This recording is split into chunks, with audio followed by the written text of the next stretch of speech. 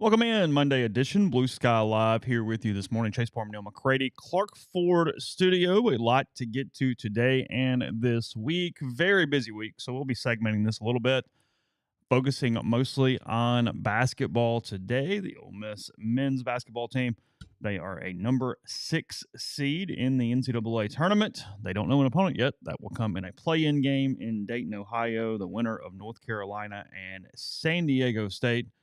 Iowa State, most likely the third round matchup there if they get past the Tar Heels or the Aztecs in the second round of the tournament. The Ole Miss women, a number 5 seed, snubbed a little bit there, not hosting in Oxford. Instead, they're headed to Waco, where Baylor would wait in a second game of the tournament for Ole Miss. They open up with Ball State, the Cardinals, who won the MAC regular season and tournament titles. The Ole Miss baseball team, 1 out away from winning a series against Arkansas, but they fall 12-9 in the rubber match. They lose 2 out of 3. Probably going to get to a lot of that more tomorrow. Again, more basketball today, and then spring football starts tomorrow as well. So we have that going on. Lane Kiffin, players available sometime around noon there on Tuesday. So, again, a lot going on. We're going to piece it together best we can. But if we don't get to something today, we'll get to it tomorrow. I want to focus mostly on hoops here today on a podcast brought to you every day by Blue Sky locations throughout the state of Mississippi, up and down I-55, throughout North Mississippi as well. If you got Sweet Daddy's locations, look, you get catering options, everything from ribs, pulled pork, side items, desserts, and plenty more. Let them take care of your events, take care of your parties, maybe family get-togethers, whatever it is there with you with Blue Sky. And again, coming to you from the Clark Ford Studio. We are. Clark Ford is in Amory, Mississippi, 662-257-1900 is the number. Call it. Ask for Corey Clark. Tell Corey what Ford product you are looking for, and he'll send you a quote within 15 minutes in business hours. It's right to the bottom line. No hassle, no haggle. You get your quote. The rest is completely up to you. You can shop that quote around. You can do what I've done, what I recommend that you do, and that's hop into a Clark Ford today. You'll love the product. You'll love the service. Corey and the people at Clark Ford want to be your car guy. They want to be your truck guy. They'll prove to you what that means when you make the call, 662-257-1900. Guest join this week on the Campbell Clinic hotline. From fractures and sports injuries to complex spine and limb conditions, the pediatric orthopedic physicians at Campbell Clinic in Oxford are the only specialized pediatric orthopedic team in North Mississippi providing expert care for growing bodies. Visit campbellclinicoxford.com to schedule an appointment or call 901-759-3111. I had not seen that. Obviously, an incredibly long way to go. But Mark's saying Ole Miss 17-1 to win the region. If you just wanted to throw $5 on something, there with that, that's actually better odds than I would have anticipated. That's lower. I would need a little more than 17-1. That just doesn't feel up enough to throw the $5 flyer. I quickly learned. I learned two things in my job. One, that I'm in the vast minority as it pertains to gambling. Okay. I really don't. And then two, I realized that, boy, I'm not as much of a sports fan as everyone else is. Oh. Because people are like, what do you think about this team? And I'm like, I've never seen San Diego State play. I have no idea. I'm not sure I've watched North Carolina all year. So I watched maybe a little bit against Duke one time. Okay. That's about it. So I've got like a lot of catching up to do. I don't know. I'll watch SD State and North Carolina tomorrow night, and then we'll. So it is tomorrow. Yes. Okay. They play tomorrow in Dayton at about, I think it's at 8:00. Okay, so your play-in games, there's a lot to get to. Let me just kind of go through this best I can. You got San Diego State, North Carolina. That is the game where Ole Miss will play the winner. San Diego State, they're out of the Mountain West, team that played for a national title 2 years ago. The Aztecs went on that big run. North Carolina, actually, a team that played for the national title 3 years ago. But they are not those Tar Heels. This is a team that was the last team into the field. A lot of kind of chaos surrounding the committee from a media standpoint, a fan standpoint, because Bubba Cunningham is the head of the selection committee. He's the athletics director at North Carolina, and he's been having to explain a lot of safeguards and that he didn't cause this. However, he had the really dumb mistake last night. West Virginia was the first team out. They've been without their best player the entire year. They have a better resume than North Carolina, and his evidence and excuse for North Carolina getting in instead of West Virginia is that player being hurt. And it's like, oh my God, he has been hurt since November. So they got a blue blood into the tournament with the last spot. I think that's very apparent, very clear. North Carolina had only one quad one win the entire season. One in 12 quad one. 1 in 12 in an ACC that is not a good conference. So there's that. But if you're Ole Miss, hey, if you get North Carolina, you get a team that probably shouldn't have been in the field, and you're the favorite. So go win the game. But San Diego State, North Carolina, your other play-in games, your 16s, Alabama State, St. Francis, American, and St. Mary's, and then Texas did get into the field. They play the Xavier Musketeers in a play-in game out of the Midwest region here in Dayton this week. Also, you can't put North Carolina in the field and not put Texas in the field. And also, congratulations to Tony Madlock. Oh, yeah. Former Ole Miss assistant. He's the coach at Alabama State. Interim head coach, Alabama State in the tournament. Tony's a good dude. Congrats to him. So 14 get in. The SEC well represented. The scheduling, the wins paid off in every way. Let's go through this a little bit. We'll go through SEC teams first. We'll do that. It's the easiest way to do this. Again, a lot to get to. Auburn got the number 1 overall seed. Some people thought maybe that was within question, but they have the most quad one wins by far. Their best, the overall resume is the best by far. Again, Lenardi last week said that they had essentially the best regular season resume since that Kentucky team swept the entire regular season in 2015. It's kind of where they had the Tigers. They would catch Louisville in the second round. Again, Ole Miss and 3 other SEC teams beat the Cardinals, but Louisville only lost 2 ACC games the entire year. They opened with Creighton. Auburn would await the winner. Auburn does not know its opponent yet because it's one of the play-in games. Texas A&M grabs a 4 seed. Mm-hmm. They get Yale in the first round. Yale obviously got after Auburn recently. But won't be hard for Buzz to get their attention. No, he's got a game tape he can put in and go, hey, just check this out. Play it in the building. Yeah. We could get golf on. I think we got Peacock. Neal could probably make that happen if you want to get that done. And then quickly we get into the Ole Miss region. So this is Ole Miss's region. It's the South. Auburn the 1, Louisville the 8, Creighton the 9, Michigan, San Diego the 5-12. The winner of that would get the Texas A&M Yale winner, and then Ole Miss situated at the 6. They play again San Diego State or North Carolina. The winner of that plays Iowa State Lipscomb, which is a 3-14. Also, Iowa State's second best player is out for the tournament. He is not returning, so one break there. What am I looking for here? Peacock and golf is what you're looking for. Sounds exciting. Let's see. They want us help. Got nothing else. That's true. Whatever time it is in the morning. It's a 3-hole playoff. So that's all we're doing is a 3-hole playoff. Gotcha. Yeah.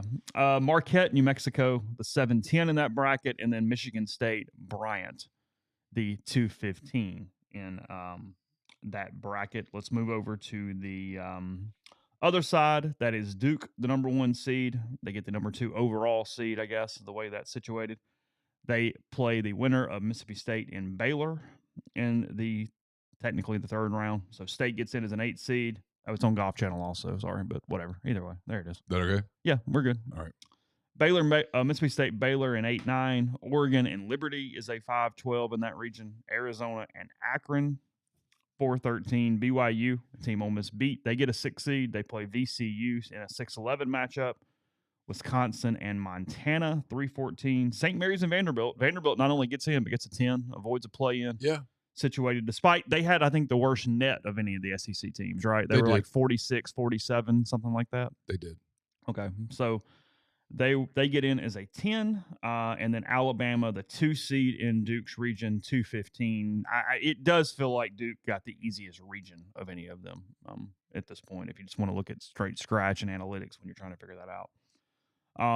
Houston is the 1 seed, the number 3 overall seed here in this one. Rory has about a 8-foot putt for something. I guess we'll find out. He made it, so I don't know if it was for birdie or par. Birdie. Houston, SIU, Edwardsville, Gonzaga, and Georgia, an 8-9 game. So kind of a fun game there between the Bulldogs that are down from where they normally are, and they will face Mike White and the Georgia Bulldogs, who end up with a 9 seed. I mean, in all seriousness, Georgia battling back and getting a 9. That was one hell of a late season job by Mike White and the Bulldogs. That was a hell of a job right there. One of several really good jobs late. Yeah. Where they had an opportunity or two to quit. And they didn't. Yes, 8 p.m. Central tomorrow for SDSU and North Carolina. It's the second game of a doubleheader. Okay. Clemson and McNeese State, the 5-12. So Will Wade gets the Clemson Tigers. He is still negotiating with North Carolina State. Is that correct? I saw all the Twitter buzz the last few days. I'm not aware. There were multiple Raleigh media outlets saying he'd already had been in discussions on when the press conference would be in the last 72 to 96 hours. I mean, it's one of those things. But it seemed to be fighting with NIL finalities on the contract. More than fair. More than fair. A lot of NIL talk in Nashville. Was it? A lot of people talking about numbers. Yeah. Purdue and High Point is a 4-13 game. Purdue knocking off Ole Miss in a non-conference close game. Illinois is a 6, awaiting the play-in winner of the other one. I guess that's Xavier in Texas. Is that correct? I think that would be right. Is Texas in a play-in? Yeah, Texas plays Xavier in a play-in. Oh, okay. Yeah, that's a play-in. Is that a Wednesday game? I don't know the answer to that. Yes, Texas and Xavier play-in. Okay. Well, I guess it'd have to be because it doesn't go 16, 16, 6-6, or 11, 11, 16, whatever. We'll look in a minute. I don't know. We got time. It'd be all right. I'll look for the schedule. Okay. Kentucky gets a 3 seed. They face the Troy Trojans in the first round. They would get Illinois in a second round game if Illinois got past Texas or Xavier. If that's what it is, I don't even know. But I think I'm that's looking. right. I'm looking. Okay. UCLA, Utah State is a 7-10, and then Tennessee 2-15 against Wofford. The Volunteers get the 2 seed, and then That's correct. So Tuesday, There's 2 games in Dayton. Yep. St. Francis and Alabama State play at 5:40 on True TV. Oh, True coming back out, just getting the dust off. Time for it again. Followed by North Carolina and San Diego State at 8:10 on True TV. And then on Wednesday, Mount St. Mary's and American play at 5:40 on True TV, followed by Xavier in Texas. Hey, how many shots would you need here? I mean, however many balls were in the bag. Island Green, we're at 17 at Sawgrass for Rory's tee shot. He's backed off. He's got a 9-iron from. I mean, I wouldn't be able to do it. Well, because even when you hit it, it's got to have enough loft to stick. Like it can't hit the green and then skip off the back. It's an island green. It's not. There's no land behind it either. So there's no real safe space to just go hit it to. Looks like he's in pretty good shape. Kind of middle right of the green, hit it in. Yeah, he's safe. Safe is good. Safe is good right there. Rory on and 1 on the 17th. The Florida Gators, a lot of people's pick to win the national title, including my present company. They are the 1 seed. They get the number 4 overall number 1 seed. They face Norfolk State in the first round. UConn and Oklahoma is an 8-9 game. That's an interesting game. Dan Hurley fears getting an NCAA tournament game right there. 8-9 for UConn and Oklahoma. Memphis and Colorado State. Memphis feels overseeded as a 5. Just their net's not very good. I don't know. Yep. They held off a pretty good early run from UAB yesterday to capture the American. They're a talented team, though. I've seen them in person, and then I watched them yesterday. That guard he's good, and they've got some bigs. They're talented. So 5-12, Memphis and Colorado State. Colorado State won the Mountain West. Ole Miss beat them in South Haven early in the season. There you get Memphis, Colorado State again. The winner of that game gets Maryland and Grand Canyon, the Lopes and the Terrapins. Missouri grabs a 6 seed. Missouri and Drake, the 6-11. Drake, kind of a trendy team out of the mid majors for this year's tournament. Texas Tech, UNC Wilmington, Kansas and Arkansas. John Calipari, Bill Self in a 7-10 game. Do you hit in the water? Yep, he went over it. This feels over then, doesn't it? I mean, that'd be my guess, right? Rory, who kind of blew a back 9 lead yesterday, now in prime position is JJ Spawn heads to. So what happens when you hit water? So he heads to the penalty area, which is closer, and then he has to hit on the green. But he will be hitting 3 now from this location. So his second shot never happens. He drops his second shot. Yes, it's from a technicality standpoint. If you hit the ball in the water on your first shot, oh yeah, he overflew the whole thing. He was pin hunting there and did not go well. He looks kind of amazed. He's like looking at the caddy, like, "Hey, give me the right club there. We good? Now you hit it, bud. Caddy didn't hit it. Yeah, it's not the caddy's fault. I mean, he could have been if he handed him the wrong club." There's a really good clip of that a few years ago. A guy hands him the wrong club. It's Paul Casey, I think, was the golfer, and he's like looking around, going, "I shouldn't have done that. What the hell?" And then looks down, and goes, "Oh, Wrong club. yeah." I think like he needed the 9, and he gave him the 6, so he hit it 50 yards over the green. Sorry, got a little distracted there. It's fine. Kansas, Arkansas, as I mentioned, and then St. John's, Rick Pitino waiting. So, I mean, from a straight Hall of Fame coach standpoint, in one little quartet pod, Bill Self, John Calipari, and Rick Pitino coming to you there from the West region in that one. What are they doing? Just keep showing the replay? Yeah, see, it's closer here. The little chalked outline there, the circle. Oh, okay. So he's got to drop it somewhere in there. He's got to drop it somewhere in there. We're going to watch J.J. Spawn's shot here while we're talking about the tournament. I'm today years old when I've heard of J.J. Spawn. Didn't. And now I'll have something to remember him by. He was not your. I know about Rory. That's about the extent. You've been around Jeffrey for a long time. You're aware of Rory at this point. Yes, quite aware. More aware than I want to be, frankly. It's fine. I mean, if I'm honest. Remember when he won his bag years ago? Yeah.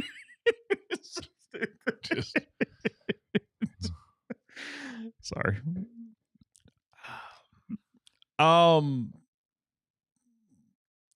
know you were busy, and we'll talk actually Ole Miss specifics in a minute after the break. But SEC getting 14 in, everything else you see with the field. I think the Mountain West said got 4. I think the Big Ten got 8. If I have that correct, something like that.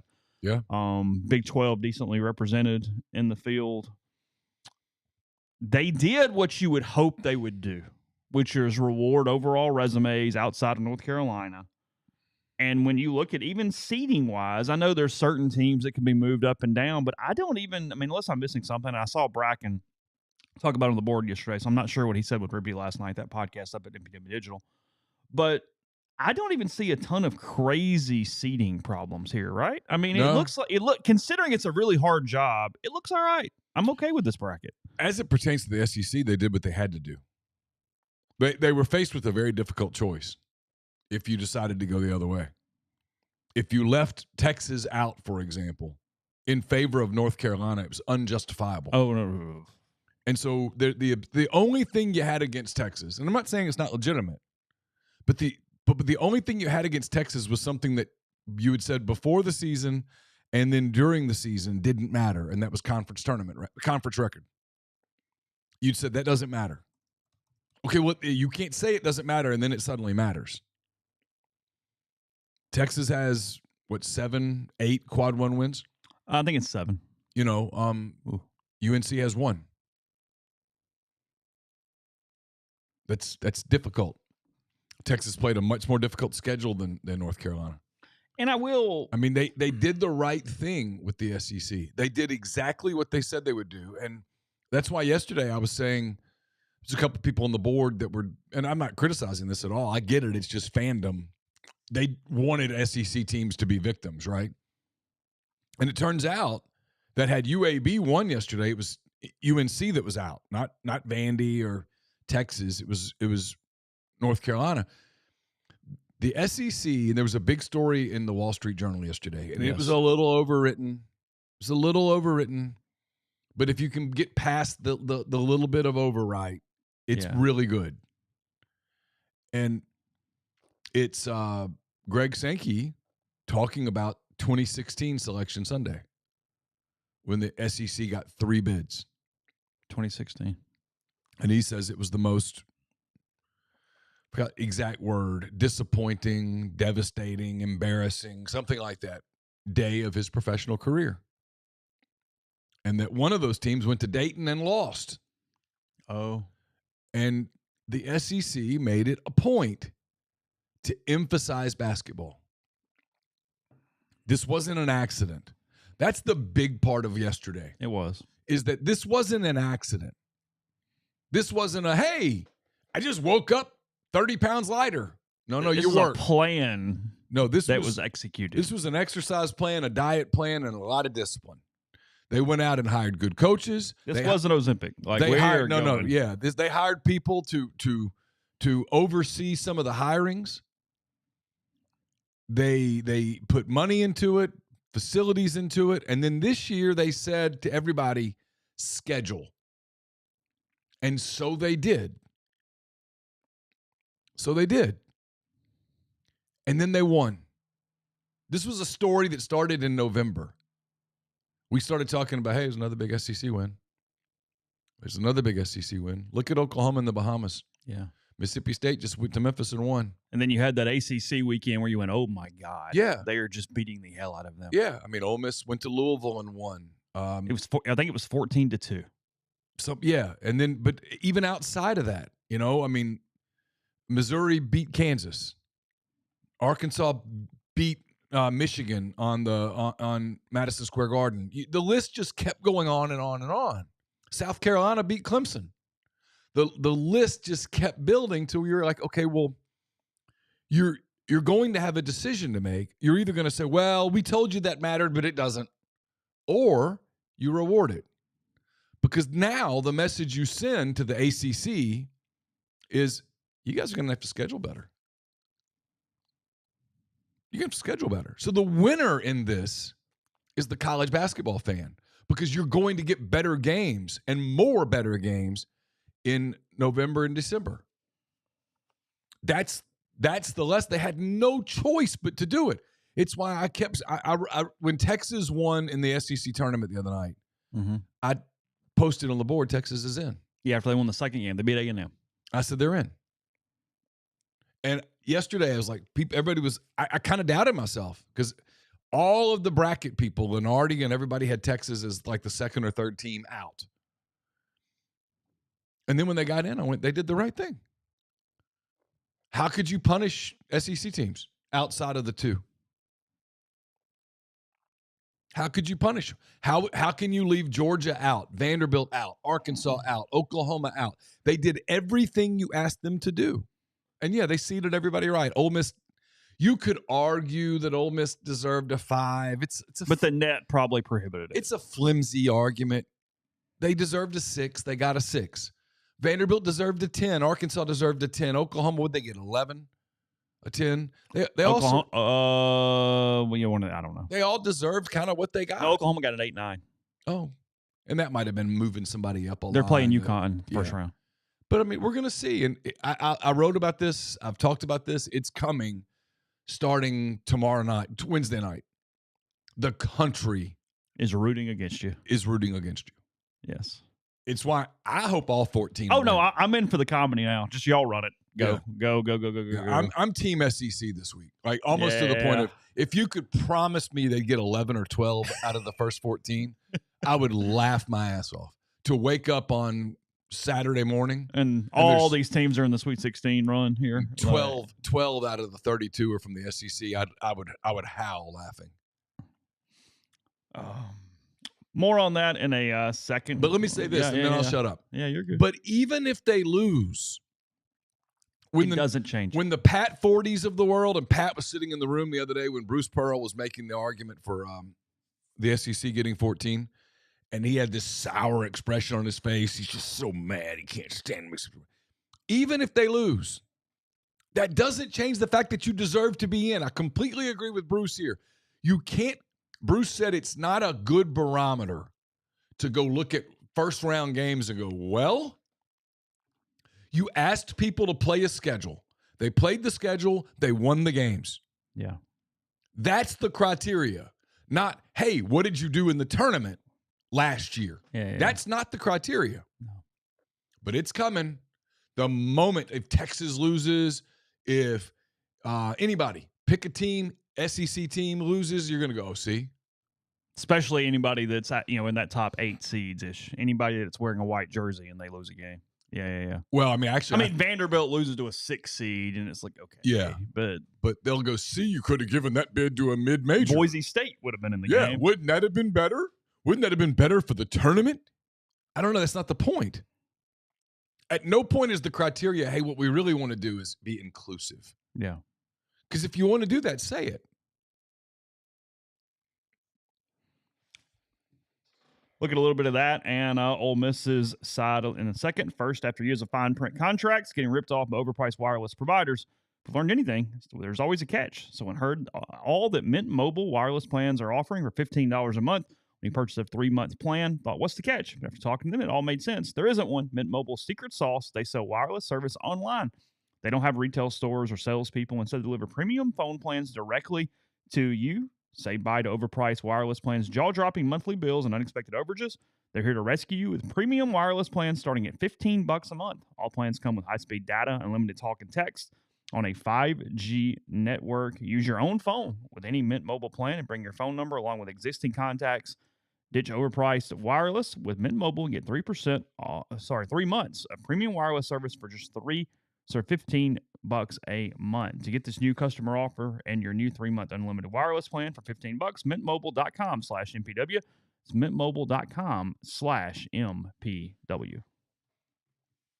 Brought to you by Window Hero. From window cleaning to pressure washing, gutter guards, gutter cleaning, and everything in between, Window Hero has the experience, equipment, and expertise to make your property look and feel brand new. If you're in North Mississippi, let Window Hero make your home or business's exterior look amazing. Their experts are fully bonded and insured. Window Hero provides specialized equipment, exclusive cleaning solutions, a satisfaction guarantee. They can clean up to 4 stories on buildings. So get in touch with Roby and Susan Allen, 662-510-7077 to get an estimate or learn more at windowhero.com. We're brought to you by Comer Heating and Air, Southern Air Conditioning and Heating. It's a little cool out this morning, but you guys know the warmth is on its way. Now would be a great time to make sure that AC is ready to run, because if you have some issues, you need to get them cleaned up, you got time. So get in touch with our friends at Comer and Southern. If you live in Oxford, Batesville, Tupelo, that area, call our friends at Comer, 662-801-1777. If you live in Hernando, Memphis, or the surrounding area, call Southern, 662-429-4429. Oxford locals and Ole Miss families, if you need dry cleaning or laundry done right, Lapel's Dry Cleaning has you covered, proudly serving the Oxford community since 2016.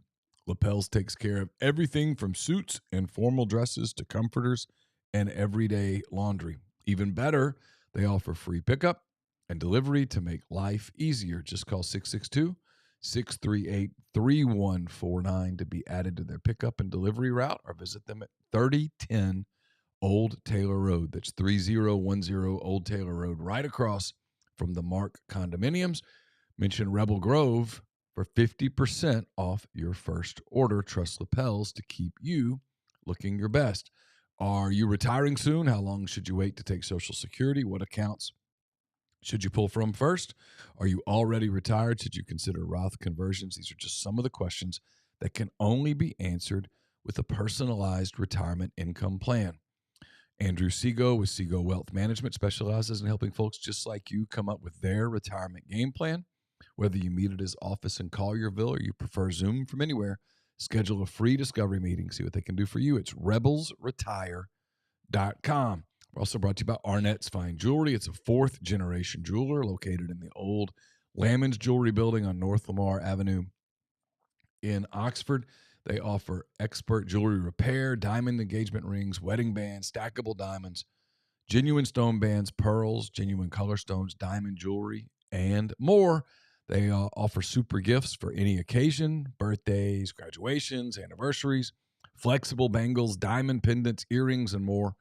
If your wife is expecting a baby, Arnett's can help you with that perfect push present as well. At Arnett's, they want to be your jeweler.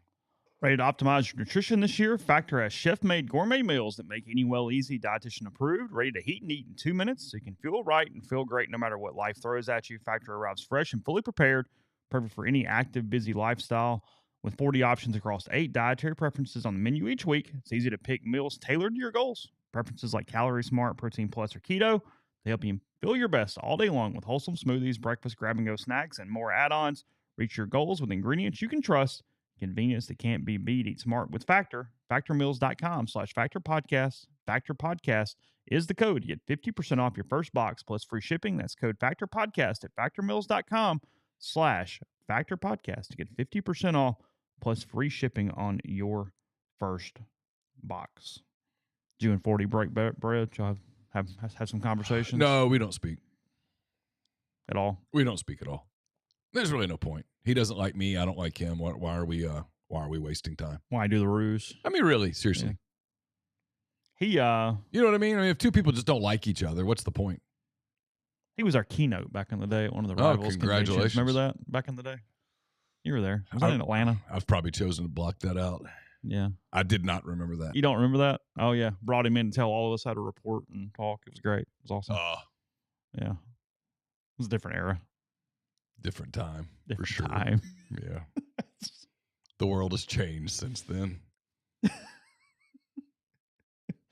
I mean, I won't go into it, but I won't because it would make you uncomfortable and it would just piss people off. But I don't know how he keeps a straight face on one thing. I really don't. I mean, Pat. Yeah, I mean, yeah. his daughter is literally one of the victims of it. I mean, I don't know how you don't have an opinion. Did they ever connected, but not exactly what you're talking about? Did they ever actually take the medals away from China and up their medals?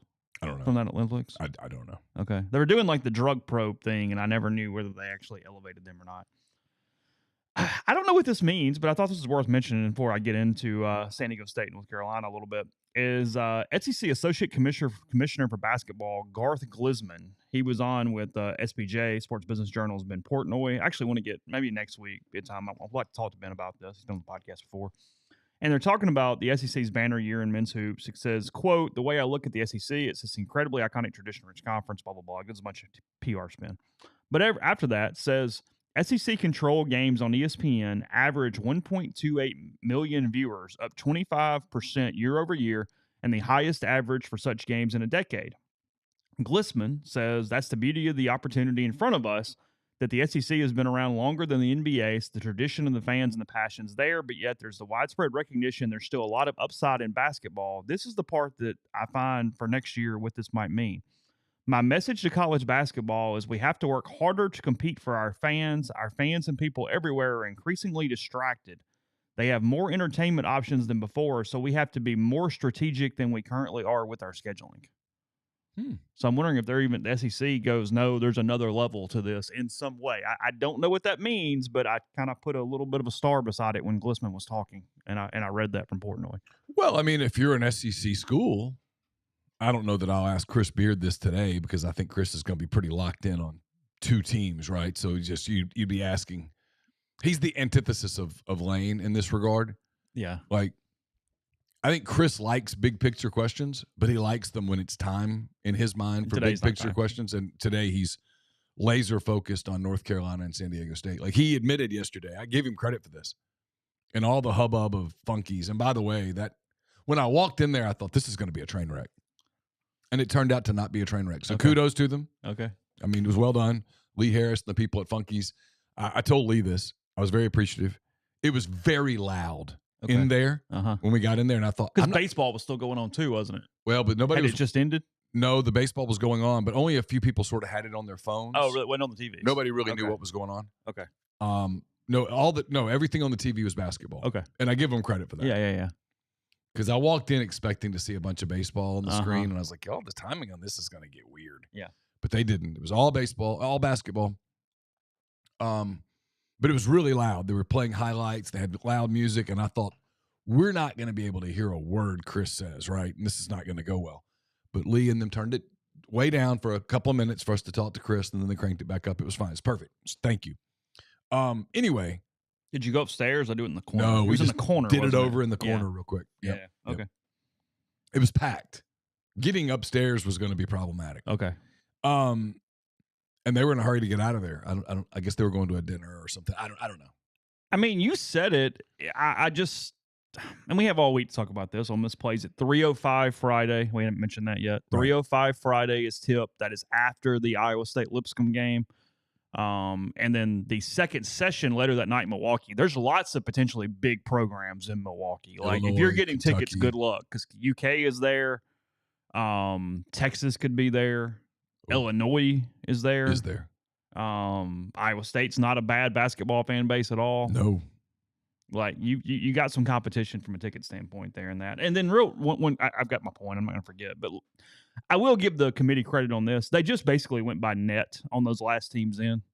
Like for all the North Carolina hubbub, they did have a 36 net, which was higher than San Diego State, Xavier, and Texas. Yeah. And West Virginia, who's the main school everybody thinks got left out, was at 51. Ohio State was at 41, but they were 17-15 overall. Yeah. And Boise State, the Mountain West did not deserve 5 bids. What I was going to say real quick was if I'm Chris Beard, the message that I'm taking, Keith Carter, the people at Ole Miss, the message I'm taking from this is schedule. Yeah. Schedule. Play a bunch of good teams. It's okay to lose. Yeah. Fine to lose. All good. Doesn't hurt you at all.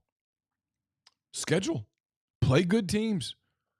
Oh, I mean, I have no doubt that when they all get together again in May, that probably literally might lift a toast. Mm-hmm. Look what we did. Congratulations. Now let's do it again. Yeah. Schedule.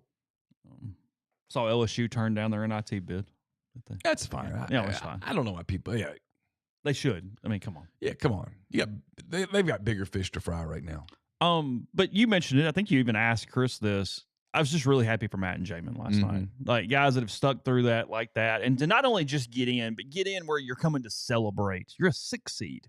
And I knew it was on his mind because he was sitting with one of them on each of his sides. He was between them and he was. Thank you. That was the better term. He was sitting between them, and that was intentional. That was. I give him a lot of credit. Like I actually think his answer for the approach to the tournament is spot on, which is, yeah, it's a business trip, blah blah blah, but let's go have fun. Mm-hmm. This is fun. It's what you're supposed. This is actually the fun part. You work for this. You talk about this. You can't get to this and then go, oh my god. No, have fun. Mm-hmm. Look, 67 teams are going to end with an L. And it doesn't mean you don't show up and try to win. That's not what he's saying. No. They'll lock in. You lock in, but have some fun along the way. I think it takes the right coach and an elite coach to pull that off. To go, hey, we're gonna have fun, and we're not just like we're happy to be here, but we're not only happy to be here. I think anything less than an elite coach can't pull that off. Does that make sense? Because you either set a message of, hey, we're just here and we're here for God to win, or hey, let's go enjoy the sights and the sounds, and sometimes you can't lock them back in. I mean, it's not the same sport, but Mike struggled with that the 2 times they've gotten to Omaha. In 2014, it was kind of, hey, this is this huge celebration, and they sort of were just off a little bit. But you can be too tight. Yeah. I'll never forget, I was covering Auburn. It was like 99, I guess, 2000. They were a number 1 seed, and they went to Indianapolis. And I had the audacity to ask Cliff Ellis, are y'all getting out and doing anything? He's like, no, this is a business trip. Oh. We're locked in. And I was like, what do you mean locked in? He goes, we're not doing anything. We're hotel, arena. And they were tight as a drum. They were so tight. Almost got beat by Oklahoma State in the second round. Did get beat in the third round by Ohio State. That was a Gottlieb. Yeah, Doug Gottlieb, yep.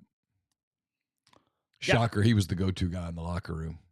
Got great quotes from Doug Gottlieb as a player, yeah.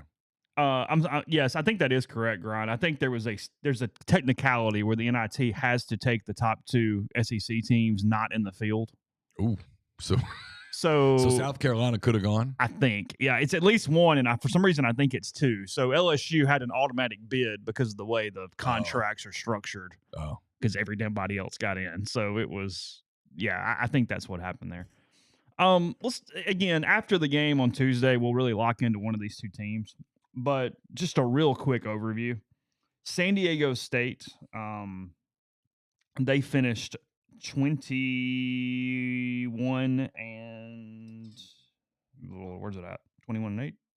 21-9. 21-9. They were 21-9. 21-9. After losing to Boise State in the conference tournament by 10, they are giving them a 42% chance to beat North Carolina. So North Carolina can palm 58% chance of winning the game. San Diego State has the 111th offense in the country from an efficiency standpoint. They have the 13th best defense in the country from an efficiency standpoint. So very defensive game. If they end up against the Rebels, their opponent effective field goal percentage is 6th nationally. They do a really good job of disrupting shots.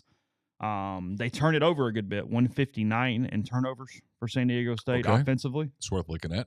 Offensive rebound percentage, they're not good, 201.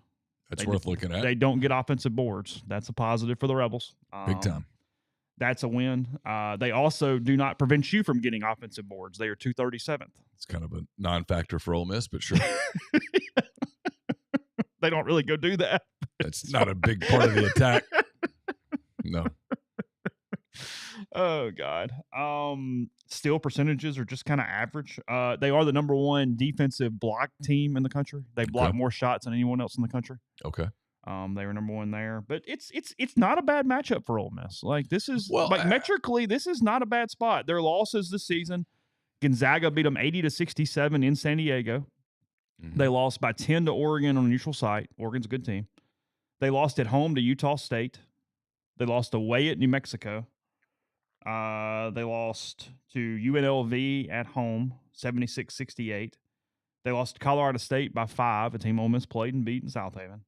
That was in Fort Collins. They lost at Utah State, so they actually got swept by Utah State, the Aggies, this season. Didn't Utah State get in the field, though? They're good, right? I think so. Yeah. And then UNLV beat them again as well. So they got swept by UNLV, home and away, 74-67, and then lost to them. In the non-con wins of significance, they beat Houston 73-70 in overtime. Overtime game. And they beat the hell out of Creighton. Yes. They beat Creighton again in November, 71-53. Mm-hmm. They have a 21-point win over Cal, but Cal sucks. That's it. That's their schedule. So 3-6 quad 1, 3-2 on neutral floors. Okay. And then North Carolina, again, weird resume. In November, they lost 92-89 to Kansas in Lawrence early in the year. Auburn beat them on a neutral site, 85-72. I think that was in Maui, if I have that correct. I think that's right. They also lost to Michigan State, 94-91 in Maui in overtime. And they lost to Alabama in Maui, 94-79. So played 3 damn good teams and went 0-3 there in Maui. They beat Georgia Tech 68-65. They lost to Florida 90-84 in a semi-home game. So that must have been played in like Charlotte or somewhere. Okay. I don't know where it was, but 90-84 against the Gators. They have a win over UCLA, 76-74. It's their best non-conference win. They have a win over Notre Dame, win over SMU. SMU is a pretty good team this year. They missed the field, but they're not bad. I mean, from a good win standpoint, though, that's it. There's nothing. They beat the bad ACC teams. They lost a really close game to Duke in the conference tournament, 74-71 against the Blue Devils, who were very shorthanded. They were without UNN flag. Feels significant. That's not the Duke team that would be normally lacing it up. They lost 82-69 to Duke in the at home in the final regular season game of the year with those players.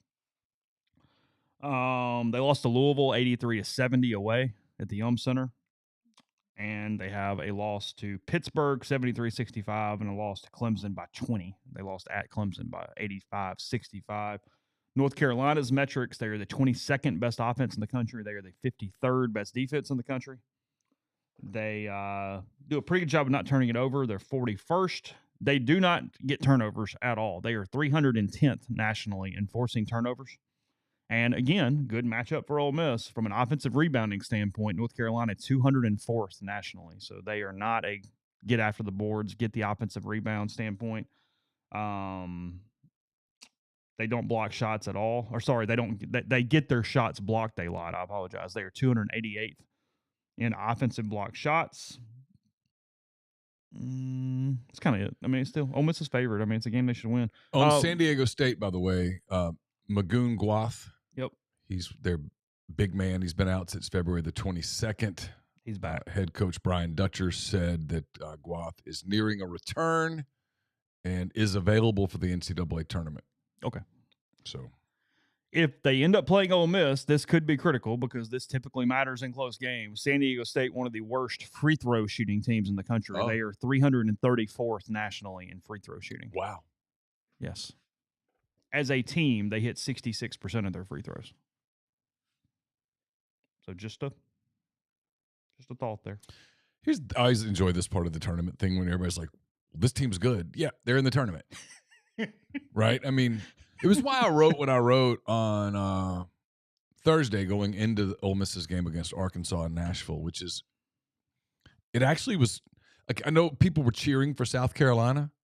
You didn't need South Carolina. You needed to play Arkansas. Why? Because it's a dress rehearsal. Arkansas is a 10. And Arkansas is kind of a typical 10, if you look around. Oh, they are. Yeah. Right? What does that mean? Well, it means that they're talented. They've got dudes who can beat you, but they're flawed. There are things about Arkansas's game that are flawed. That's the reason they're a 10 and not a 2 or a 3. Like, if you compare Arkansas to, say, Tennessee doesn't have many flaws. Like, kind of hard to pick them apart a whole lot. With Arkansas, they got stuff, but they have dudes who can beat you. Well, you're going to run into that with this, right? With San Diego State, North Carolina. Are there going to be guys on the floor that are good players that can beat you? Absolutely. Are these teams flawed? Yes. Are they beatable? Absolutely. They've been beaten a lot. If you play badly and they play well, are you going to lose? Yes. No question. That's why, in many ways, everything that happened for Ole Miss in Nashville was perfect. They played Arkansas as a close game. They actually trailed with 30 seconds left, found a way to win it, and then they played Auburn really well. Just didn't shoot it well enough. You know, frankly, at Ole Miss made some shots, that game might have been different, but they didn't. And Auburn's a really good team, and to beat a team like Auburn, a 1 seed, a 2 seed, you've got to play a really strong game. Can't have 18% shooting from three or whatever it was. So that's why it was kind of the flow was correct. They did everything they needed to do flow-wise. Yeah, they controlled the pace and stuff like that. But I thought the game against Arkansas was a really good warm-up for them because you're going to play a team like that, like North Carolina, San Diego State, Arkansas, Vanderbilt, those kinds of teams. And Ole Miss has played those teams all year. Those are the kind of teams that they're going to play in the first round. Let's look at some of the gambling lines in a minute for the first round games. We have those. Obviously not Ole Miss's because they don't have an opponent yet, but the rest of the SEC for the most part will do that. But first, I'll tell you about the Declaration of Independence Center for the Study of American Freedom. It's located on the Ole Miss campus, and they aim to explore and examine the fundamental and founding principles of the United States of America. They offer an academic minor in freedom studies and scholarship opportunities for Ole Miss students to bring along lots of networking potential. To learn more, contact Steven Scoltetti or Rankin Sherling. That's at freedom@olemiss.edu or visit independence.olemiss.edu. We're brought to you by Argent Wealth. They're based in Ridgeland, Mississippi. They've got clients in more than 20 states. They provide detailed, specialized investment management, financial planning, retirement planning for individuals and businesses, and much more. At Argent, investing is treated like a commodity. Decisions are made using objective information and research, not emotions. So regardless of your level of wealth, Argent will sit down with you, listen to your goals, study your expenses, put forth a comprehensive, detailed financial and retirement plan built just for you. It's myargentwealth.com. We're brought to you by John Edwards, Regency Travel Incorporated in Memphis. Maybe you're starting to think about that summer vacation. Maybe you're already thinking about some sort of a holiday trip with your family. John can help you put a plan together that makes a special trip one that creates a lifetime of unique memories.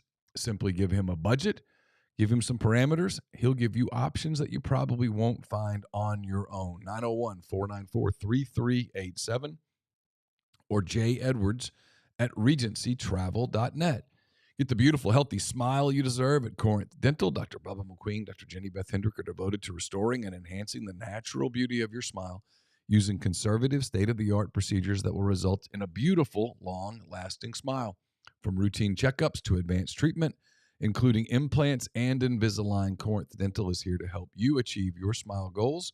Schedule your appointment today. Take the first step toward a better version of yourself. It's corinthdental.com. And if you're around here and you're looking for a beer to enjoy the tournament, I suggest any of the products, I should say, from Parrish Brewing Company. Located in the heart of Cajun country in Broussard, Louisiana, Parrish's simple goal is to make awesome craft brewed beer.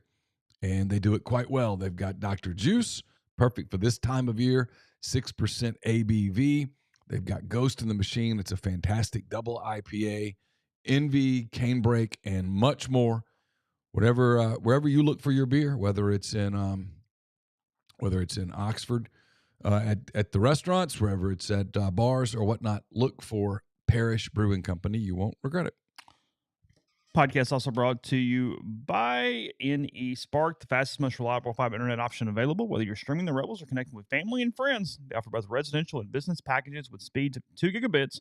To earn more, register for service. That's nespark.com. NeSpark, get connected.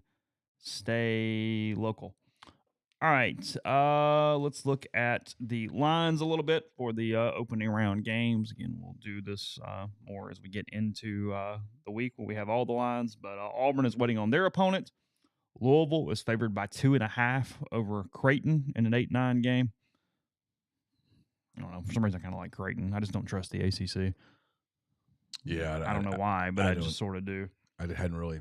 I'm not sure I've seen Creighton this year. Michigan is favored by 2.5 against UC San Diego, which would make for a pretty good 5-12 game if it's only 2.5 there between the Wolverines. Dusty May gets Michigan into the Big Ten final in year San one. Diego, that's the Triton. That's the Tritons. Yeah. That is not Chris Bryant's alma mater. No, he went to the University of San Diego. The Toreros. Yeah. Right? I think so. Is that right? I don't know. Go ahead. A lot of people are picking the Tritons to make a run. Make a big upset. They're the trendy ones? Yeah, they are trendy. Okay. Them and Drake. Yeah. A&M, I've seen Drake play. I've not seen San Diego play. I don't know. A&M is favored by 7.5 against Yale, against the Bulldogs in round one. Okay. Yeah. Contrast styles. For sure. As always. See on the women's side, the Ivy got 3 teams in? I did not. They did. Columbia, Harvard, and Princeton made it on the women's side. Has to be a record. Iowa State favored by 13.5 against the Bisons. Tells me that NIL doesn't mean as much. It's not the same game. No. Yeah. You didn't have the same situation. But Lipscomb, 13.5-point underdogs against Cyclones. Okay. In the opening game. Marquette favored by 3.5 against New Mexico in a 7-10 game opening up. Okay. Michigan State favored by 18.5 against Bryant, against the Bulldogs in a 2-15. I love Michigan State in their draw. Oh, really? I do. So their draw would be Bryant, and then Marquette or New Mexico. Mm-hmm. Then it would be whoever came out of the Iowa State Ole Miss situation there. And then they would give Auburn fits. Oh, they would. Yeah. I haven't done the math to see who it would be, but it could be A&M in this and coming up in the round of 16 for the Tigers. I don't like Auburn to make the Final Four. I just don't. I don't think I do either. Cases. I watched them. Their body language sucks. I watched them against Ole Miss, obviously, and they're really focused on what they look like right now. And maybe Saturday got their attention, but their pregame thing they do feels kind of forced. Okay. Like it's like, look at us. And it's weird. Prayer circle. Is that what it is? They could actually use a prayer circle. Oh. Okay. They just seem to be, there's a lot there. Rory won the tournament. He is standing behind the trophy. He is. Waving to the crowd. It's a big trophy. It's a big purse, too. Might be the biggest purse in golf, actually. Is it right? In the PGA Tour, at least. I mean, the LIV does their own thing. I don't know. Jay Monahan survived, too. It's amazing. All right. Mississippi State is favored by 1.5 against Baylor. If you'd given me 8,000 guesses. To the commissioner. Neal, who's the commissioner of the PGA? Jay Monahan would not have been rolling off your tongue there, would it? I don't know that I ever would have gotten there. You've never seen that man before. He could walk by me in Kroger. I'd be like, what's up, dude? He could walk by me in Kroger, stop me, and go, I'm a big deal. I'm a commissioner of a professional league. Who am I? Yeah. You'd go, MLS? I don't know. I don't know. Yeah. State by 1.5 against the Baylor Bears in an 8-9 game. That winner is going to get the Duke Blue Devils in the second round. Yeah, the whole thing with Duke is just health. Yeah, sure. Oregon by 6.5 against the Liberty Flames in a 5-12. Liberty, typically a spunky team. They are. Oregon's pretty battle-tested because they played Big Ten this year. Arizona by 13.5 against the Akron Zips in a 4-13 game. I got nothing. I saw a little bit of Arizona and Houston, I guess, was that yesterday or Saturday? What is setting up is at least an interesting, on paper, first-round game, BYU, VCU. BYU by 3.5 in the first round, 6-11 against the VCU Rams. Wisconsin by 17.5 against Montana, against the Grizzlies in a 3-14 game early. Feels like a tall ask for the Grizzlies. It feels like Montana is Wisconsin, just a worse version in every way. Probably. So that's not a matchup that's going to scare Wisconsin. St. Mary's by 3.5 over the Vanderbilt Commodores. So Mark Byington gets into the tournament. He's a 3.5-point underdog in round one. And then Alabama, they are a 22.5-point favorite against Robert Morris, which is an SEC giant killer. They beat Kentucky back in the NIT in the day. Well, I mean, with Alabama, not against Robert Morris, but moving forward, I mean, there are questions about Grant Nelson's health now. Alabama's that team that got to have him. The tournament wasn't good to them. Mm-hmm. You know, I mean. God and damn, they looked good against Kentucky that night. They did. Oh, boy. And then so you go play Florida and you play your ass off and you just can't do it. And then you lose a couple of guys and now you're vulnerable in week one. Jeffrey and I were having this conversation yesterday. It's not like baseball where you can throw it without it looking like you're throwing it. I mean, you know, in baseball, you can go, hey, you pitched in high school a little bit, right? Yeah. You want to pitch? That doesn't work. You can't really do that in basketball. You can't start the dudes on the end of the bench. So you go play and you just hold your breath. Houston, 28.5. SIU, Edwardsville. Hope they enjoy the trip from Illinois over to wherever the hell this thing is in the Midwest. They're not in Milwaukee, so I don't know where they are. No, I don't know. Because the South, who else in Milwaukee? How does it work? It's not even it's by not region. by region. No, so it's just by numbers. Yeah. Gonzaga and Georgia. Gonzaga by 6.5 against Mike White and the Bulldogs. In round one, Clemson is a 7.5-point favorite against Will Wade and McNeese State in a 5-12 game. Okay. Purdue 8.5 over High Point. High Point's been a little trendy this week early. Oh, is that right? Yeah, they've been spunky apparently. Kentucky by 10.5 against Troy in round one. I know nothing about Troy coming out of the Troy's good. Belt. Are they? Yeah, they're a good team. Okay. Yeah. UCLA by 5.5 against Utah State. Okay. And Tennessee by 18.5 against the Wofford Terriers. I like the Vols. Like the Vols. That's a lot of points, though. It is a lot of points for Tennessee, who is fine getting down in the muck and winning by 9. So. Oh, sure. St. John's 19.5 versus Omaha, not Oklahoma, Omaha. Arkansas favored. They are at a 4.5-point underdog to the Kansas Jayhawks. So Kansas minus 4.5 against Arkansas. Kind of circle that one a little bit. Maybe. I don't know. Is Boogie Flan back? He's was practicing yesterday, I think was the report. And if he got out of the practice healthy, he was going to be cleared to go. But he's not coming back and like walking into their starting backcourt. He's just going to be available to them, which is for them good because they're really it's thin. a body. I think for them to make any kind of a run, they got to get Thero back, and there's no indication that he's coming back. Texas Tech 15.5 over UNC Wilmington. The winner of that game gets the Missouri Drake winner. Missouri by 6.5 against Drake. And that little trendy thing. Missouri doesn't get to play in Como for the NCAA tournament, so we'll see what they're made of. Maryland by 10.5 against Grand Canyon. Memphis is a 1.5-point underdog to Colorado State. They're overseeded, as we said there. Vegas went. UConn by 4.5 over Oklahoma. Dan Hurley versus Jeremiah Fears in round one. Kind of like the Sooners there. Do you? A little bit. I told you UConn's a fraud. Like, I like them, and I kind of like. Well, Fears is no fraud. I'll tell you that. Fears is not a fraud. Dude's a good basketball player. I get it. Now that I've seen him a little bit more, sign me up. He's physical. He's tough as nails, man. And really starting to play well down the stretch. That is true. We can get Calipari against Patino in the second round of the tournament. Oh, that'd be fun. Be good. Be into that. And then good luck to Norfolk State. They're getting a lot of points against the Florida Gators in round one. They are getting 28.5. It's fine. Okay. I mean, I don't think I take a team to cover 28.5. Just move it over to the side. I'm not betting on that at this point. If Kansas were to lose first round, boy, that leads to some soul searching, wouldn't it? Well, Bill said everybody's overreacting. Just chill out. Doesn't matter. What is that?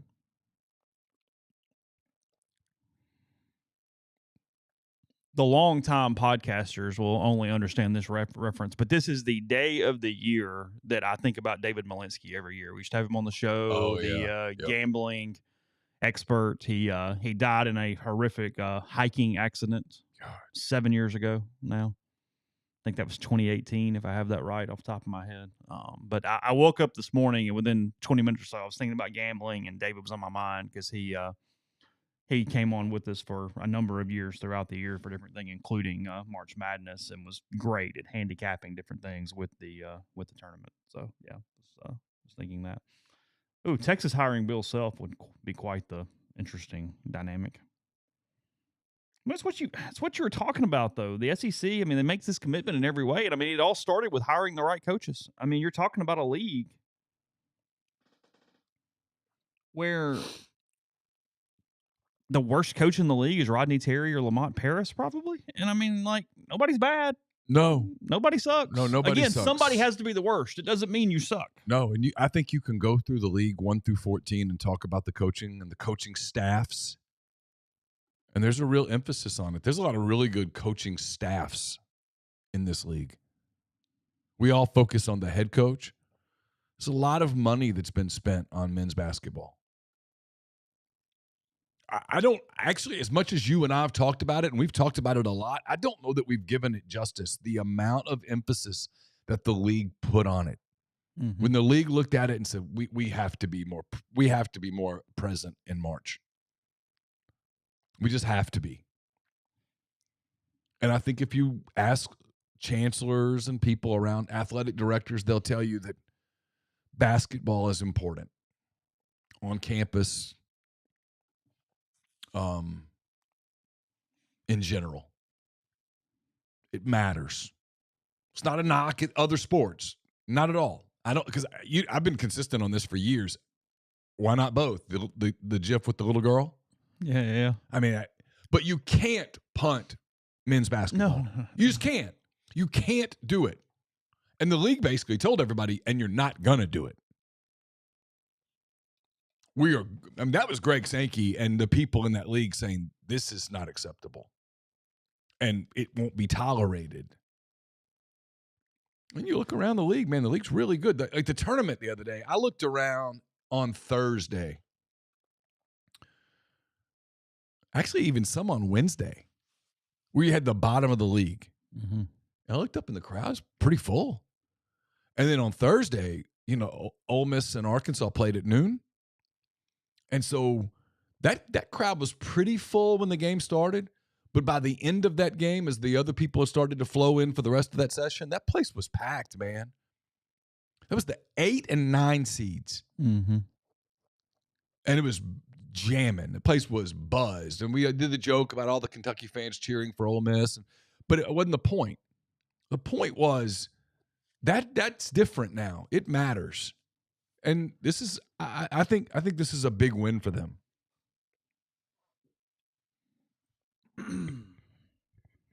And it's showing you that the money is in the SEC and the Big Ten. And they combined for 22 bids. 22. Yes. Well, 22 bids. So I'll say it.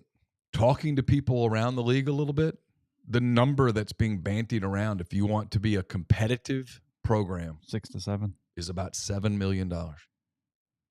For basketball. For a roster that's really 13 dudes. There are rumors on a couple of schools, and so I'm sure this pertains to more than a couple, but I'm not going to go further than that because I don't know, that they're prepared to spend $10 million on basketball rosters next year. On a basketball roster. What is It's the story that we talk about. I don't know. I don't know the answers. I don't know how all of this works. I don't know. But I can tell you this, the whole $16 million rev share thing is not going to cover the bills. Oh, no, not at all. Because, do the math. The rev share is only doing 15% of that. By the time you do everything else, basically 15% of about 18.5. That doesn't do it. So, topic for another day. I don't want to talk rev share.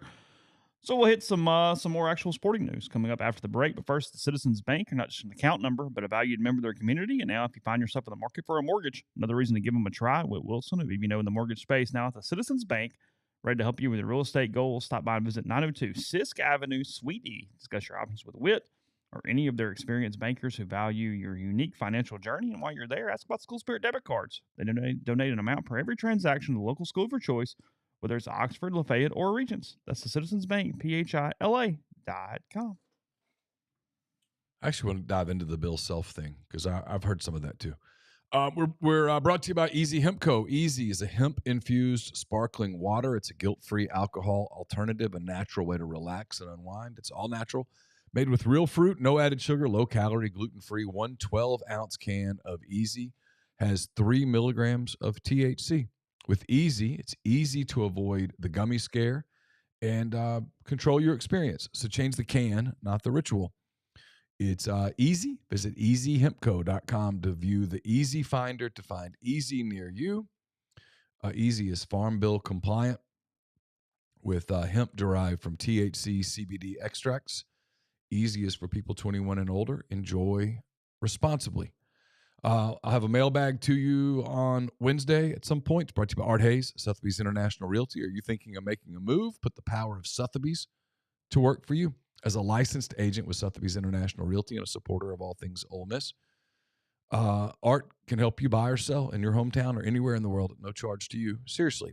So call and ask him how. 612-805-5929 or email Art at arthur.hayes@lakesmn.com.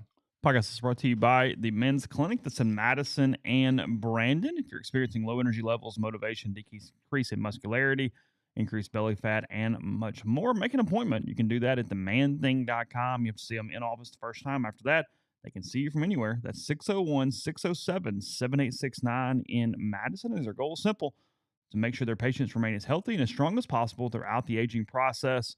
In Brandon, 769-241-9012. Again, themanthing.com. Some people asking up in the stream, my current plan, I think because the time works out for it pretty well, is to do a live show for Ole Miss's men's game, a watch party, if you will. Again, 3:05 is the tip. So we'll fire it up. I talked to a couple people last night about that, maybe jumping on at some point or throughout that process. So yeah, I think we're gonna do that. Ole Miss blew an opportunity. I thought baseball was a interesting weekend with a lot of tentacles. I've got a post up at Rebel Grove. You can find it from the front page or on the message board. I lay out 6 kind of thoughts that I had after yesterday, and we'll discuss it more on tomorrow's podcast. But today is a basketball show as we're going. But yeah, that's kind of the 2 things there answering from the stream. I want to get to the women's bracket for a second, but what on Bill Self before I do that? Just going to be interesting if some of these coaches in non-Big Ten, non-SEC leagues look around and go, we just don't have the money to do this. And it's all about money now. It's 100% money. Do they say, hey, you know what? What was once a great job, and Kansas was once a great job. Maybe the best. Might not be a great job anymore. You have it or you don't. If it works both ways. You can't say, well, hey, Ole Miss now suddenly could be a really, really good job if they want to commit to it, and it can be up there because they're in the SEC and they have money. You can't, it's not an only moving one direction. For that to be the case, some of the other ones have to slide back down to you too.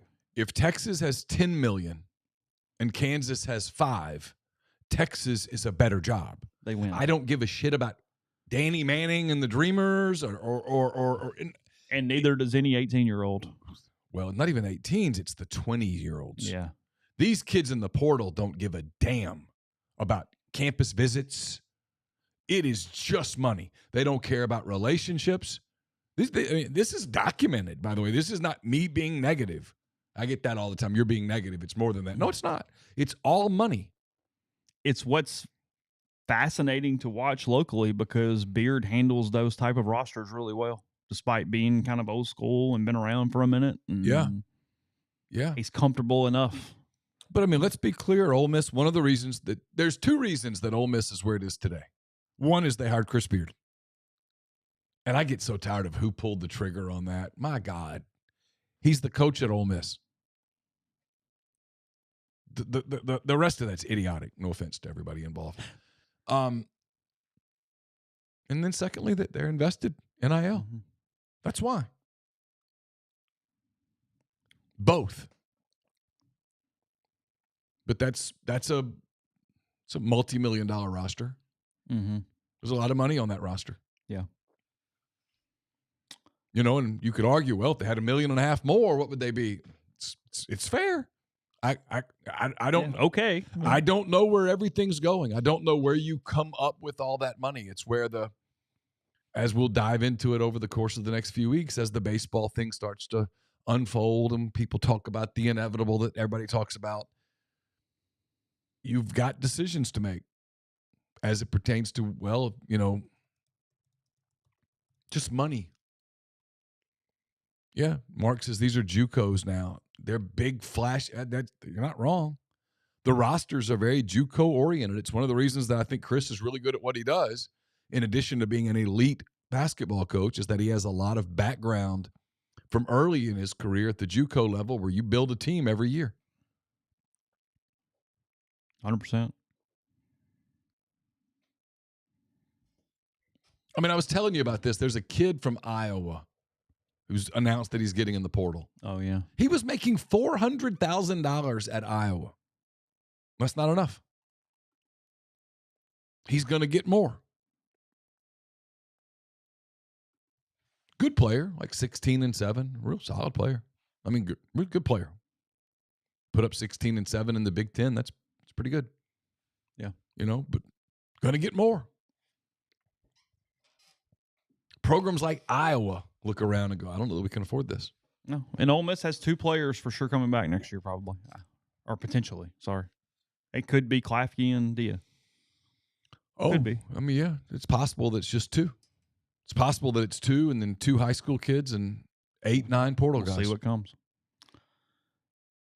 As mentioned at the top of the show, the Ole Miss women grabbed a number 5 seed in the NCAA tournament. They were the first team out of a host per the committee selection chairman yesterday. Said that Maryland got the final 4 seed spot and the number 16 overall seed. Ole Miss was at 17. Ole Miss loses kind of a metric head-to-head with Maryland. I don't think that's a big deal. They're headed to Baylor, and Baylor did not have Ole Miss's resume at all. They are the 4 seed, Ole Miss the 5. Ole Miss opens with Ball State, again, who won the MAC pretty convincingly from the regular season and the tournament. Ole Miss is a 13.5-point favorite in the first round, and if they win, they would catch the winner of Baylor, aforementioned, and Grand Canyon. The way the NCAA women's tournament works, for anybody who isn't aware of this, the top 4 seeds in every bracket host the first 2 rounds of the NCAA tournament, or the second and third round of the NCAA tournament, whatever. And then you move on to 2 Sweet 16 sites. So you have 2 regions that go to Spokane for the Sweet 16, and you have 2 regions that go to Birmingham for the Sweet 16. Okay. Is the way it works in women's basketball. So Ole Miss's bracket includes number 1 overall seed UCLA. 8-9 is Richmond and Georgia Tech. Ole Miss Ball State 5-12. Baylor Grand Canyon. Florida State George Mason 6-11. LSU San Diego State 3-14. Michigan State 7-10 against Harvard. And North Carolina State, who Ole Miss also played this year, against 15 seed Vermont in their region. Ole Miss beginning Friday at, I think the 21st is Friday, right? Yes. So they're playing kind of on top of each other, the men and the women. Ole Miss will tip almost exactly when the men finish, just after 5 o'clock. Oh. So back-to-back there for that one. 5 o'clock on Friday from Waco. And it's on the board. You let me feed McEwen. Put our press conference up, and and I mean this. I mean, I know that everybody's documented with my history with her. She did a really good job last night with her press conference, defending her program, discussing facts. They had a strength of schedule that was third in the country. They had the number 11. She actually missed it by one. She had them at 12 in the net, but they were 11 in the net at the end of the day yesterday. They had one of the better metrics to host in the first round. She hit on it. She defended her team, and then she kind of got off of it. She talked about their history, that they've been to Waco before. That's where they were at in the first of now what is 4 straight NCAA tournament appearances. They lost to South Dakota. They got beat up pretty bad in that gym there with Baylor waiting in the next round. I guess that would have been a Milwaukee Baylor team in her final year at Baylor, waiting in the next round. And so she referenced that, said they were better prepared. She talked about, the women's tournament too is a little weird because they finished their conference tournament over a week ago, and they just have a week to sit around and wait because everything gets piled up with the men here on the same day. Yeah. So it's a strange calendar. But I thought she defended her team and did a really, really good job last night because they should be hosting. I went through and looked at attendance numbers. It wasn't attendance based. It looks like it was just metrics based. And unlike the men, the women seem to have given Baylor a ton of benefit of the doubt because they finished second in the Big 12 versus Ole Miss finishing 6th in the SEC.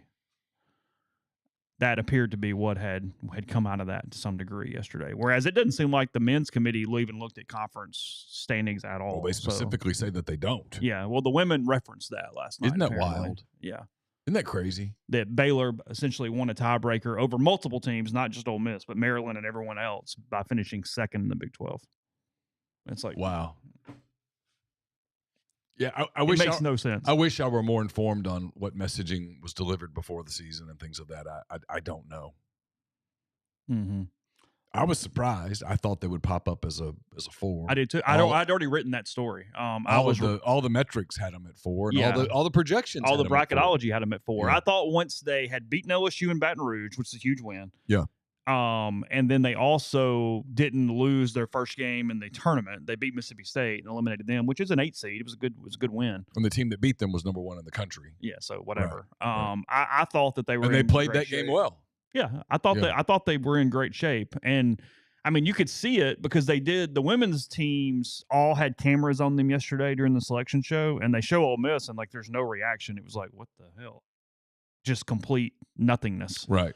And I mean, she led off her press conference by saying, I'll go ahead and get to the elephant in the room before y'all even start talking, and we'll go from there. Might as well. Yeah, I mean, it's coming. So sure. I don't know. I don't know what all the reasons for. Dawn Staley was pissed yesterday, South Carolina's coach, because they were not the number 1 overall seed. She's like, look, it's not the end of the world. But she said, unlike the men, they told us to schedule. Mm-hmm. We scheduled, and they gave the number 1 overall seed to a team that did not have our schedule and our metrics. So she said they were told to schedule. That is correct, yes. Because she said, what you're telling me now, and she goes, I'm looking for more clarification. I'm not verbatim, I'm whatever. Right. But she said, I'm going to ask for more clarification because if it doesn't matter, then I'm not scheduling like that. Yeah. I'll just play the SEC. But she said, you told us to schedule. We did, and you didn't reward us for doing so. She was kind of hot last night. Yeah. I haven't looked at UCLA's schedule to know what they did or did not do, but Dawn was frustrated. So they are a number 1 seed, and they are a 45.5 point favorite in the first round. If she's pissed off, I'll lay them.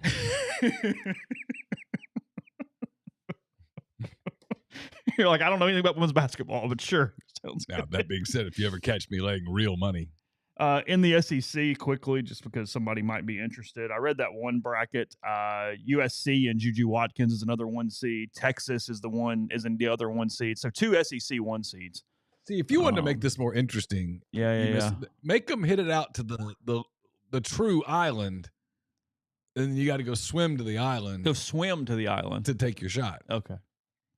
You want to turn this into cross country now? That would be more interesting. Okay. I would watch that. State's a 9 seed, not an 8, but whatever, same difference. They pull SC. State in men's and women's not exactly grabbing great draws because they get 1 seeds in the second round if they win their first game. Kentucky's a 4. Iowa without Caitlin Clark is a 6. The opening against Murray State. And the opening round, Oklahoma's a 3. UConn's a 2. Wouldn't be happy if I was USC with UConn being my 2. Tennessee's a 5, so they're not hosting either. And I mentioned Texas is a 1. Vandy's a 7. So Vandy got their men and their women in the field. Another team that did that. Alabama did as well. Bama's women, a 5 seed. She's done a good job there because I have just enough about it to understand that. Yeah, Austin, thanks for super chat as always. One guy at CBS called Ole Miss the most fraudulent team in the field. The network did not, as a whole. One talking head last night. Yeah, I mean, look, everybody's entitled to his or her opinion. I don't know how you can justify that one. Ole Miss is 22-11. 3 of those losses are to Auburn. They went 10-8 in the best league in the country. Their 2 non-con losses were against Purdue on a neutral site, basically decided on the last second shot, and they got whipped pretty good at Memphis. They beat Colorado State. They beat BYU on a neutral floor. They've got nice wins. They beat Tennessee. They beat Kentucky. They beat Texas. They beat Arkansas. Mm-hmm. Yeah, I don't know how you justify that one. I don't know whether that's just somebody who doesn't like Ole Miss, or I don't know whether it's somebody who has an anti-SEC bias. But I mean, if you were to have an anti-SEC bias and you were to say there were fraudulent teams in the field, you'd probably focus more on Vanderbilt, and Arkansas, and Oklahoma and Texas. Those would be the 4 that you'd pick on, not Ole Miss. Ole Miss under any metric is solidly in the field. Yeah. Again, we'll hit baseball tomorrow. We have we have football tomorrow. Yes. We have spring football. We'll talk about that a little bit in the morning, and then got a busy week. Yeah, it's a busy week. 2 things. Ole Miss had 2 individual national champions over the weekend, so congratulations to both of them. Audrey Ganay from Switzerland, Ole Miss freshman in rifle. She won the individual national championship with a perfect 600, meaning she hit every bullseye during her air rifle competition in Lexington at the NCAA championships over the weekend. Neal and I were both talking about it. She had basically 0 reaction, but she is like the number 4 shooter in the world, and she won a bronze at the Olympics last summer. Yeah. So she's been here before. That wasn't her first rodeo or shootout. Wasn't her first trophy. No. So she got that. And then because her reaction was kind of like, oh, cool. Yeah, it was. And I was like, who is this girl? And then when you told me she was an Olympian or whatever, I was like, oh, well, that sort of explains Yeah, because she literally looked over to the side, and it was almost like, hey, we're going to Chili's or Applebee's. What are we doing next? Okay. Are we getting... If we don't hurry, the 2-for-1's going to be eliminated. I mean, she just shoots it. She looks over, I guess, like another competitor or something. She watches them shoot their last shot. And then the guy goes, unplug, and she just kind of takes her little thing off and stands there. And they're like, national champion. And she goes, oh, cool. Okay, cool. You know what? I will put cheese on the burger. Yeah. And then Tariq Robinson O'Hagan has completely dominated collegiate shot put. He wins his 3rd consecutive national title individually. So he has a long career ahead of him. But anyway, he wins his 3rd one over the week as well. So 3-time national champion. Throwing the shot put 67 feet 2 inches to 2.75 inches there in that one. I have no idea how that qualifies for Olympic numbers or anything else. Right. No clue. But he has won now 3 straight national titles. So, all right, we will again baseball, football tomorrow. Rebelgrove.com, ton of content. So head on over there. Videos of Beard and Coach O from yesterday up, as well as plenty of other items as well. So. Take care. Have a good day. Enjoy talking about the NCAA tournament, and we'll talk to you again tomorrow.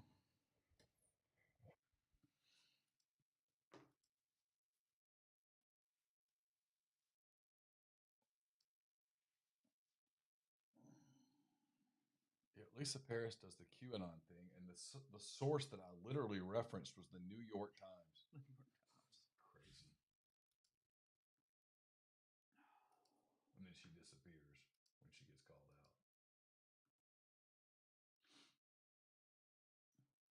So what all media